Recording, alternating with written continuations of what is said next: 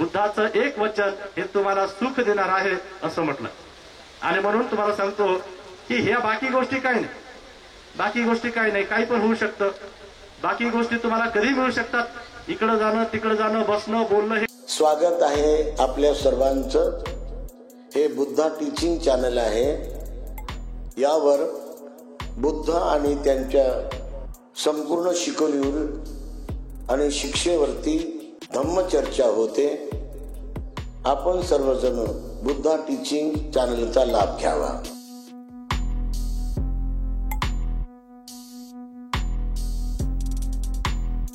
भगवान बुद्धाचं वचन हे तुम्हाला ऐकण्याची संधी भेटली आहे. आणि म्हणून मी थोडक्यात सांगतो की तुम्हाला ते समजेल अशा प्रकारे मी प्रयत्न करणार आहे. खरं तर उपासकांनो, भगवान बुद्धाचा धम्म हा मानवासाठी फार महत्वाचा आहे.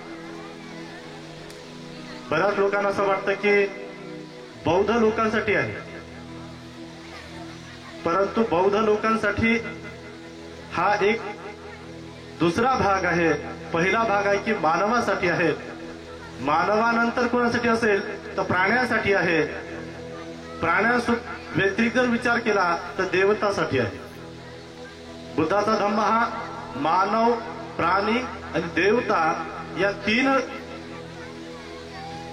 तीन जे काही सत्व आहेत त्या सत्वांसाठी आहे. खरं तर आपण हा धम्म का ऐकायचा असतो? कारण आपल्याला या धम्माचं आचरण करून सुख प्राप्त करायचं असतं. जे सुख प्राप्त करायचं आहे तर ते धम्म आचरण करून करता येतं.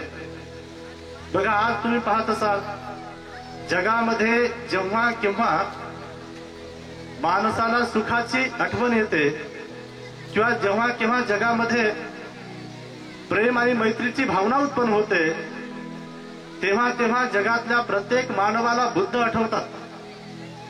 तुम्ही पाहत असाल जगामध्ये जेव्हा जेव्हा युद्धाची भाषा बोलली जाते ना, तेव्हा तेव्हा जगातला प्रत्येक मानव म्हणतो या जगाला युद्ध नको तर बुद्ध हवा. आणि म्हणून खऱ्या अर्थानं उपासकांनो, अगदी मी थोडक्यामध्ये काही गोष्टी तुमच्या समोर मांडणार आहे. इथे तुम्ही बरेच लोक बसलेले आहात. काही लोक इकडे बसून आहेत, काही लोक उभे आहेत, काही लोक मनामध्ये चर्चा करत आहेत. ऊन होतं, थंडी झाली, आता आणखी काय काय होईल हे असा विचार चालू आहे. परंतु उपासकांनो, मी तुम्हाला एक प्रसंग सांगतो. बुद्धानं सांगितलेला तो. भगवान बुद्ध असं म्हणतात की 4 प्रकारचे पती पत्नी असतात. 4 प्रकारचे. तुम्ही 2च प्रकारचे पाहिले असतील. 4 प्रकारचे पती पत्नी बुद्धानं सांगितले. भगवान बुद्ध असं म्हणतात की हे 4 प्रकारचे पती पत्नी म्हणजे किती कालखंडापर्यंत असतात?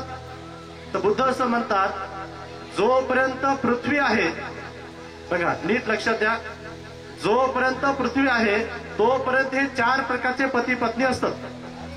हा फरक एवढा आहे की आपण कोणत्या प्रकारचे आहोत हे आपण ठरवायचं असतं. 4 प्रकारच्या पती पत्नीपैकी आपण कोणत्या प्रकारचे आहोत. जर हे तुम्हाला कळलं नाही तर तुम्हाला तुमचं जीवन सुखी बनवता येणार. बुद्धानं 4 प्रकार सांगितले. त्यापैकी बुद्ध असं म्हणतात की एक कधीच बनू नका, एक जरूर बना, बनायचं असेल तर तेच बना, असं बुद्धानं सांगितलं. बघा, तुम्हाला जर समजा हे 4 पती पत्नी समजून घ्यायचे असतील तर तुम्ही विशेष करून एकाग्र चित्तानं ऐकलं पाहिजे. कारण बुद्धाच्या काळात ते होते, आजही आहेत, भविष्यात सुद्धा राहतील. नाही तर तुम्ही पाहत असाल की बऱ्याच वेळेस लोक म्हणतात की आता मला जगायचं नाही, आता मला जगायचंच नाही. काय करायचं? मला राहायचंच नाही घरात, कंटाळा कंटाळा कंटाळा आलाय, आता मी जाणार घरातून, काय करणार? जीवच देणार. तुम्ही म्हणताना बरेच वेळेस ऐकताना भगवान बुद्ध असं का म्हणतात? काय सांगतात हे असं का होतं लोकांसोबत? तर बुद्ध असं म्हणतात की कर्म करताना लोक अशा प्रकारचे कर्म करतात की नंतर त्याचा पश्चाताप जीव देण्यासाठीच होतो. म्हणजे असे कर्म करतात की जीव देण्यासारखेच. असं कधी होत नाही की आता मला संसाराचा फार कंटाळा आला, आता बस झालं सर्व, आता मी घर सोडतो आणि डायरेक्ट भंतेजीच बनतो. असं कधी होतं का? का होत नाही? तुम्ही म्हणाल का होत नाही? कारण त्याचं महत्वाचं आहे की भंतेजी बनण्यासाठी किंवा भिक्षू बनण्यासाठी, भिक्षुणी बनण्यासाठी जे कर्म लागतात ते आपण करत नाही. आणि म्हणून ते 4 कर्म किमान पती पत्नीचे तरी आपण लक्षात घेतले पाहिजे. 4 प्रकारचे पती पत्नीपैकी आपण कोणत्या प्रकारचे आहोत हे ठरवलं पाहिजे. जर आपल्याला हे कळलंच नाही तर आपलं जीवन फार कठीण आहे. नाही तर बघा इकडे इकडे तिकडे हे जे सर्व चालू आहे, कोणी येतं, कोणी जातं, कोणी बसतं, कोणी झोपतं, कोणी उठतं, हे सर्व चालूच असणार आहे. हे काय आजपासून नाही, पूर्वीपासून आलं. बुद्धाच्या काळात एक प्रसंग आला, भगवान बुद्धाच्या काळात एक प्रसंग आला. काय म्हटलं? एक व्यक्ती, भगवान बुद्ध एका ठिकाणी वर्षावास करत होते. वर्षावास करताना काय झालं की 3 महिन्यापर्यंत तो विहारात गेलाच नाही. त्याची पत्नी मात्र दररोज जायची, त्याची पत्नी दररोज जायची, पण हा मात्र गेलाच नाही. मग काय झालं की शेवटच्या तिचं हे काम ठरलं होतं, ती दररोज त्याला सांगायची की मी चालले, मी विहारात चालले, तुम्हाला यायचं असेल चला, मी विहारात चालले, तुम्हाला यायचं असेल चला. पण तो काही येत नव्हता. खरं सांगतो तुम्हाला उपासक आणि उपासिकांनो, एखादी गोष्ट आपण वारंवार एखाद्या माणसावरती बिंबवण्याचा प्रयत्न केला तर ती नक्की तशी होते. तुम्हाला पाहायचं असेल प्रयोग तर तुम्ही घरी जाऊन काय करा, तुमचा हुशार मुलगा असेल ना, हुशार, त्याला दररोज म्हणायचं, उठल्यानंतर भेटल्यानंतर काय म्हणायचं, तुझ्यासारखा वेडा कोणीच नाही म्हणायचं, तुझ्यासारखा वेडा कोणीच नाही म्हणायचं. किती दिवस? फक्त 1 महिनाभर. सकाळी उठल्यानंतर म्हणायचं, दुपारी पण म्हणायचं आणि संध्याकाळी पण म्हणायचं. 1 महिन्यानंतर तो स्वतः सांगतो की मम्मी मी कसा आहे, वेडा आहे. नाही म्हणलं तर तुम्ही मला म्हणत या विचारायला परत. एखादा एकदम आगाव मुलगा आहे, एकदम काहीच अभ्यास करत नाही, तर त्याला दररोज तुम्ही म्हणा की तू खूप हुशार आहेस, तुला हे जे अभ्यास आहे ना, तू हे स्टडी आहे ना, तू काही मिनिटात करू शकतोस. जो कधीच अभ्यास करणार नाही ना, 1 महिन्यानंतर ते सांगेल की मम्मी किंवा पप्पा हे तर काय मी 1 मिनिटात करतो. हे कशामुळं? हे आपल्या जे काही दैनंदिनीमुळे आहे. आणि म्हणून तुम्हाला सांगत होतो की बुद्धाच्या काळात पण काही लोक येत होते, आताही येतात, काही जातात, काही जातात तर जाऊ द्या, येतात तर येऊ द्या.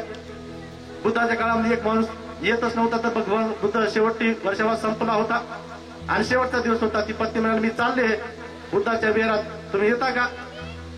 त्याला वाटलं दररोजच म्हणते विहारात येता का, म्हणजे आज गेलंच पाहिजे. गेलाच. आता जातानाच मनामध्ये असं विचारायला की काय बुद्ध आहेत आणि कसे बुद्ध आहेत बघूच म्हणे. आणि जातानाच चाललाय ना, तर बुद्ध असतात. हे बघा, बुद्ध असतात. बुद्धासारखं कोणी होत नाही. केवळ दुसरे बुद्ध त्यांच्यासारखे होऊ शकतात, दुसरं कोणी होऊ शकत नाही. भगवान बुद्ध हे परचित्त ज्ञानी असतात, दुसऱ्याच्या मनात काय चाललंय हे जाणणारे असतात. आपण म्हणतो ना भिंतीला कान असतात, अहो भिंतीला नाही, बुद्ध एका ठिकाणी बसून जगामध्ये कुठं चाललंय काय 10 सहस्त्र असं म्हटलं आहे. 10,000 पृथ्व्या, एक पृथ्वी नाही, 10,000 पृथ्व्या असतील. त्या 10,000 पृथ्व्यामध्ये काय काय चाललंय हे बुद्ध एका ठिकाणी बसून जाणतात. एवढे ज्ञानी असतात, एवढे ज्ञानी असतात. आणि म्हणून बुद्धासारखं बुद्ध असतात, बुद्धासारखं कोणी नाही असं म्हटलं जातं. हे सामान्य लोकांचा तर काही प्रसंगच नाही. बघा, येत होता तो व्यक्ती, भगवान बुद्धानं पाहिलं आणि पाहून त्याची परीक्षा घेतली.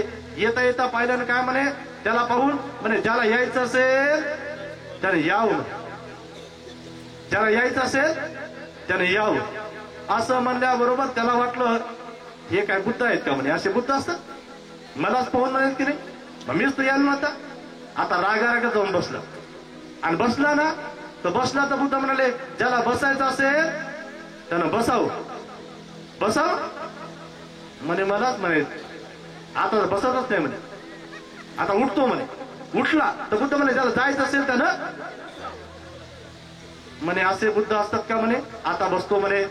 बसला, पण प्रत्येक क्षणी म्हणे काय बुद्धाचं प्रवचन सुरू झालं, पण याचं काय होतं, ज्यांना यायचं असेल त्याने या, ज्यांना बसायचं असेल त्यानं बसाव, आणि ज्यांना जायचं असेल त्यानं जाव. असं चाललं त्याचं.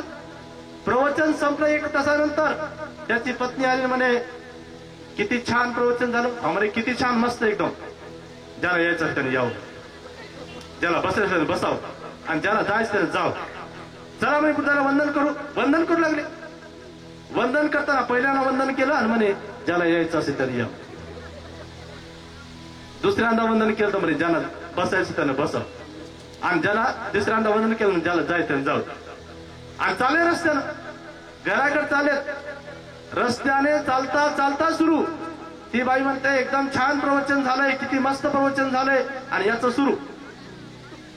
घरी जेवण तयार केलं. एक घास घेतला म्हणे, जेवण घेतला आणि जेवणाकडे पाहिलं म्हणे, काय म्हणे, ज्यांना यायचं असेल त्याने यावं.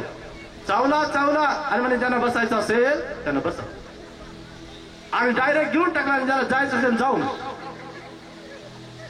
असं याचं सुरू. इकडं रात्री झोपला. झोपल्यानंतर ते शांत झोपला. झोपल्यानंतर शांत झोपला नाही.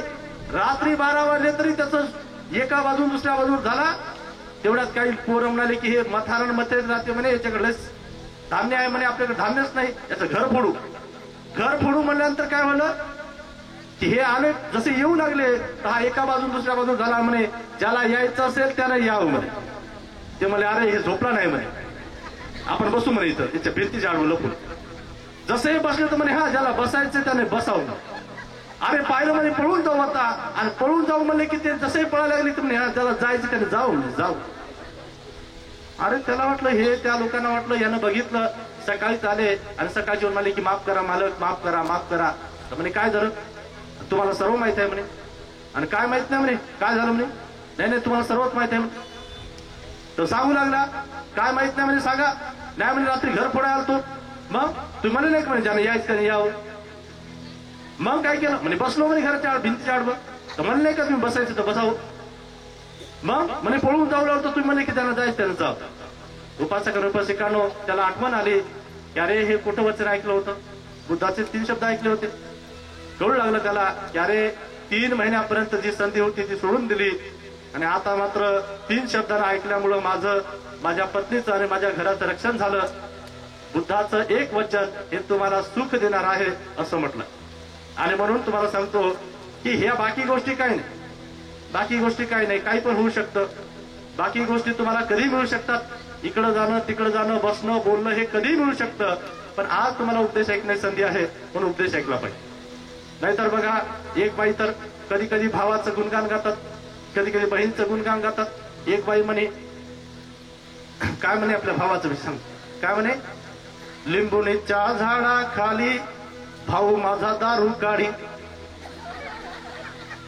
बघा भावाचं गुणगान.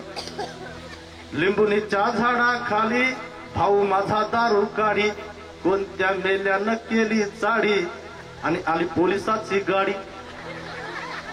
बघा असे गुणगान. हे असं ऐकल्यानंतर तुमचं काय कल्याण होणार. उपासिकांनो म्हणून तुम्ही विशेष करून असं म्हटलं जातं हे 4 पती पत्नी सांगतो माझं प्रवचन समाप्त करतो. बुद्ध असं म्हणाले की 4 प्रकारचे पती पत्नी होते असतात राहतील. तर बुद्धानं सांगितलं की पहिल्या प्रकारचे पती पत्नी म्हणजे काय, तुम्ही नीट ऐकायचं, घरी जाऊन लक्षात ठेवायचं, नाही तर घरी जाऊन सांगसाल. भंतीनं सांगितलं की तुम्ही असेच आहात. असेच म्हणलं की ते म्हणतील कोणते भंती होती ते शोधू द्या.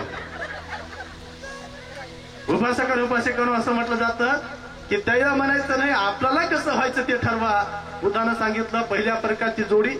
बुद्ध सांगतात की पहिल्या प्रकारची जोडी काय आहे, इथे जी स्त्री असते तर तिचं वर्णन करून सांगितलं की ती स्त्री असते ती देवी असते.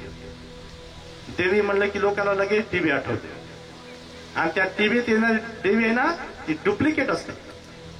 ते टीव्हीत येते ना ती डुप्लिकेट असते. खरी देवी बुद्धानं सांगितली. देवी कोणाला म्हणायचं तर बुद्धानं व्याख्या केली, तुमच्यापैकी कोणी तसं असेल ना तर आजपासून देवी म्हणा. कोणती देवी सांगली बुद्धानं, भगवान बुद्ध म्हणतात जी कोणती स्त्री कायेनं, नीट लक्षात द्या, जी कोणती स्त्री कायेनं हत्या करत नाही, कायेनं हत्या करत नाही, कायेनं चोरी करत नाही, कायेनं व्यभिचार करत नाही, वाणीनं खोटं बोलत नाही, चाडी चुगली करत नाही, व्यर्थ बकवास करत नाही, निंदा नालस्ती करत नाही, मनानं राग करत नाही, द्वेष करत नाही, मोह करत नाही. अशी जर स्त्री असेल तर बुद्ध म्हणतात तिला देवी म्हणावं. तिने पांढरे कपडे घालो अथवा न घालो, तिने विहारात जावो अथवा न जावो, परंतु जर समजा हे 3 प्रकारचे कर्म ती करत असेल तर तिला देवी म्हणावं. आणि तिचा पती, बुद्धानं सांगितलं तिचा पती राक्षस असतो. राक्षस म्हणजे काय तर साधी गोष्ट सांगितली.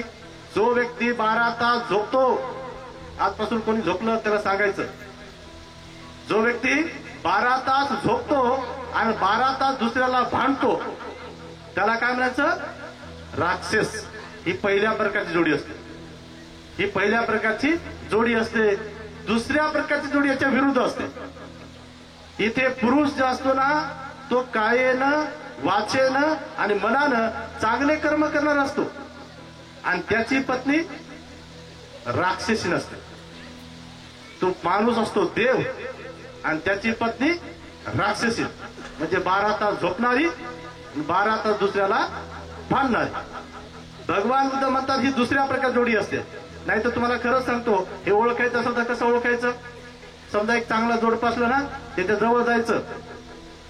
आता आम्हाला अनुभव म्हणून सांगतो, चांगलं जोडपं असलं ना माणसाकडे जायचं, म्हणायचं का हो बाबा, आई तर खूप चांगले आहेत.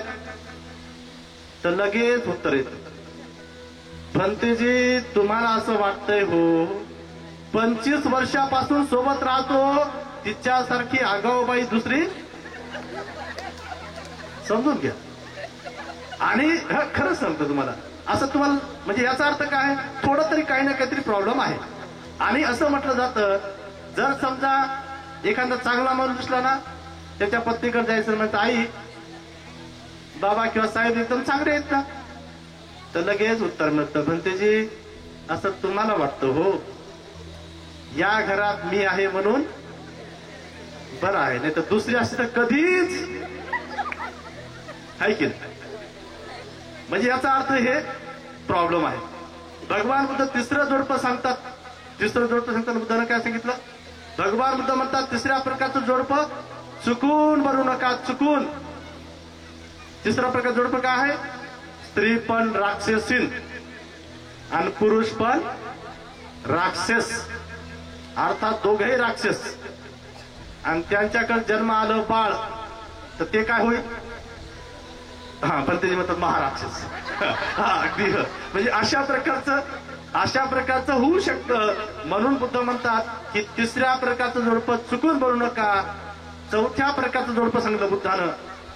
चौथ्या प्रकारचं जोडपं काय म्हणतात बुद्ध, तुमच्यापैकी जर चौथ्या प्रकारचं जोडपं कोणी असाल ना तर बुद्ध असं म्हणतात ते केवळ आणि केवळ इथेच नाही, जिथे कुठे परत उत्पन्न होतील, लक्षात घ्या, जिथे कुठे उत्पन्न होतील ना तिथेही सुखानं राहतील, इथेही सुखानं राहतील, तिथेही सुखानं राहतील.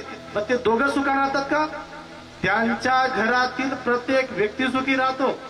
घरातच राहतात का, नाही, जेवढे केवढे शेजारी पाजारी आहेत ना तेही सुखी राहतात, तेही सुखी राहतात आणि त्यांचे ज्ञातिगण पण सुखी राहतात. ते जोडपं काय सांगितलं बुद्धानं, इथे स्त्री पण देवी असते आणि पुरुष पण देव असतो. अर्थात स्त्री पण कायेनं चांगले कर्म करते, वाचेनं चांगले कर्म करते, मनानं चांगले कर्म करते. पुरुष सुद्धा वाचेनं चांगले कर्म करतो, मनाने करतो आणि कायेनं करतो. म्हणून ते लोक सुखी असतात. बुद्धाच्या काळामध्ये अशा अनेक उदाहरणं आलेत, अनेक उदाहरणं. वेळ नसल्यामुळे ते सांगत नाही. उपासक उपासिकांनो असे अनेक उदाहरणं आलेत की श्रेष्ठ व्यक्ती कोणाला म्हणायचं, कारण बुद्धानं वर्णन करून वारंवार सांगितलं आहे. अनेक व्यक्तीचं वर्णन करून सांगितलं. एक तिसऱ्या प्रकारच्या जोडप्याचं थोडंसं उदाहरण सांगतो आणि प्रवचन समाप्त करतो. उपासिकांनो असं म्हटलं जातं की तिसऱ्या प्रकारचं जोडपं चुकून बनू नये. जर बनलं तर काय होतं, त्यांचं काम काय आहे, 12 तास झोपणे, 12 तास दुसऱ्याला भांडणे. एक व्यक्ती होता चांगला मोठा अधिकारी व्हायचा आणि कंपनीत काम करत होता, कंपनीत मोठ्या, आणि त्यांची बायको घरीच होती. यायचं काम आहे की 12 तास झोपणे आणि 12 तास दुसऱ्याला भांडणे. एका वर्षात प्रसिद्ध झाले, एका वर्षात प्रसिद्ध. हे लोकांना भांडतात, कोणीच भेटना गेलं. हे इकडून येऊन आले ना ते तिकून जायचे. असं झाल्यामुळं काय झालं की शेवटी आठवण तर आली बघा. कंपनीत काम करता करता आठवण आली, म्हणे बरेच दिवस झालो भांडलोच नाही, म्हणे भांडलं पाहिजे. बघा कशी आठवण येते, कुठेही आठवण येते. कंपनीत काम करता करता आठवण झाली, म्हणे बरेच दिवस झालो भांडलोच नाही, आता भांडलंच पाहिजे. आणि घरी बाई पण स्वयंपाक करत होती, स्वयंपाकाची तयारी करत होती. करता करता आठवण झाली, म्हणे बरेच दिवस झालं भांडलोच नाही, म्हणे आज तर भांडायचंच. म्हणे तुम्ही पण म्हणता ना आज तर काही हो, आज काही जरी झालं तर आज आहेच म्हणा. मग अशा प्रकारचं सांगितलं की तो माणूस तिकून कंपनीतून येतानाच विचार करतो भांडायचे भांडायचे, पत्नी पण भांडायचं विचार करते. आणि तो आला आणि घराच्या दरवाजापाशी बसला. बसल्याबरोबर काय झालं की बाई पण बाजूला तिकडे बसली. दोघांनी एकमेकांकडे बघितलं पण काहीच बोलले नाही. कारण भांडण पण सुरुवात करावं लागतं ना, डायरेक्ट सुरुवात होते का नाही. मग सुरुवात करावं लागते. तर मग सुरुवात केली. माणसाला वाटलं मोठा मी आहे ना तर मी सुरुवात करू. मग सुरुवात केली, म्हणे पाणी दे. तर पत्नीला भांडायचं होतं, ती म्हणे पाणी माठात आहे. म्हणे माठ कुठं आहे, म्हणे माठ घरात आहे. मग घर कुठं आहे, म्हणे घर गावात आहे. मग गाव कुठं आहे, म्हणे पोस्टात आहे. पोस्ट कुठं आहे, म्हणे तालुक्यात आहे. तालुका कुठं आहे, म्हणे जिल्ह्यात आहे. जिल्हा कुठं आहे, म्हणे राज्यात आहे. मग राज्य कुठं आहे, म्हणे देशात आहे. देश कुठं आहे, म्हणे खंडात आहे. खंड कुठं आहे, म्हणे जगात आहे. जग कुठं आहे, म्हणे पाण्यात आहे. आणि पाणी कुठं आहे, म्हणे माठात. कळलं का तुम्हाला? असे गोल गोल गोल गोल फिरतात. हे तिसऱ्या प्रकारचं जोडपं असलं की असं होतं. म्हणून बुद्धानं सांगितलं की चुकून सुद्धा तिसऱ्या प्रकारचं जोडपं आपण बनू नये. बनायचं असेल तर चौथ्या प्रकारचं बना, आदर्श जोडपं बना. जर तुम्ही आदर्श जोडपं बनलात, जर या धर्म परिषदेमध्ये येऊन एवढं जरी लक्षात ठेवलं की आपल्याला चांगलं बनायचं आहे. कशानं? कायेनं. कशानं चांगलं बनायचंय? कायेनं. कशानं चांगलं बनायचंय? वाचेनं. कशानं चांगलं बनायचंय? मनानं. नाही तर लोक मनानंच जळतात, जळतात लोक. बुद्ध असं म्हणाले की खऱ्या अर्थानं मनानं. बघा तुम्हाला खरं सांगतो, जे जे लोक पागल होतात ना ते लय जळतात. म्हणून पागल होऊ नका. म्हणजे पागल व्हायचं नसेल तर मन चांगलं ठेवा. जे जे लोकांना वाटतं ना चांगलं बोलता यावं, गोड बोलता यावं, चांगलं वाणी असावी, मधुर वाणी असावं असं वाटतं ना, तर बुद्धानं सांगितलं वाणीनं चांगलं कर्म करा, नाही तर वाणीनं वाईटच बोलतं आणि तुझं तर तिकडच काही होईल असं म्हणतात ना बऱ्याच वेळेस. तर बुद्ध म्हणाले की वाणीनं चांगलं करा, चांगलं बोला. आणि कायेनं, बऱ्याच लोकांना वाटतं ना माझी काय चांगली राहावी. याचंही फार सुंदर उदाहरण आलं आहे, पण वेळ कमी आहे. उपासक उपासिकांनो, असं म्हटलं जाते ज्यांची काया चांगली राहावी असं वाटते तर कायेनं दान करा, कायेनं शील पालन करा, कायेनं सेवा करा. कायेनं खऱ्या अर्थानं बुद्ध असं म्हणाले की जे जे करता येईल चांगलं ते कर्म करा. जर तुम्ही चांगले कर्म केलेत तर बुद्ध असं म्हणतात तुमची काया चांगली राहील. बघा कधी कधी आपण पाहतो, खरं तर वर्णन खूप आलं आहे, वेळ नसल्यामुळे सांगता येत नाही. भगवान बुद्ध असं म्हणतात की विशाखा नावाची स्त्री होती. विशाखा नावाच्या स्त्रीचं एवढी काया चांगली होती, एवढी सुंदर होती की 120 वर्षाची झाली असताना तिची नात 25 वर्षाची होती. भगवान बुद्ध सांगतात की विहारात जेव्हा येत होती विशाखा आणि तिची नात, तर पाहणाऱ्या लोकांना कधीच कळत नव्हतं की कोणती नात आहे आणि कोणती आजी आहे. एवढं सौंदर्य, एवढी चांगली काया कशामुळे प्राप्त झाली होती? तिने कायेने चांगलं कर्म केल्यामुळे. म्हणून उपासक उपासिकांनो, कायेचे चांगले कर्म करा. जसं बघा साधी गोष्ट आहे, आता 10 वर्ष झाले, 15 वर्ष झाले, 20 वर्ष झाले की लोकांच्या डोक्याचे केस पांढरे होऊ लागले. पण विशाखाचे 120 वर्ष झाल्यानंतर सुद्धा एकही डोक्याचा केस पांढरा झाला नव्हता. कशाने? तिच्या कर्माने.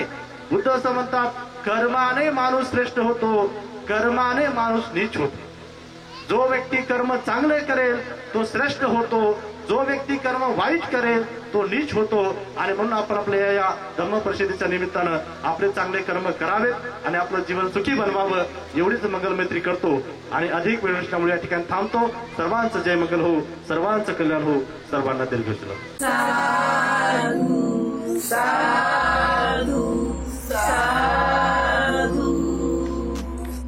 बुद्धं नमामि, बुद्ध को नमन करता हूँ.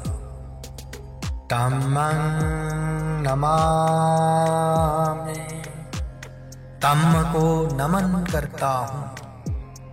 संघं नमामि, संघ को नमन करता हूँ.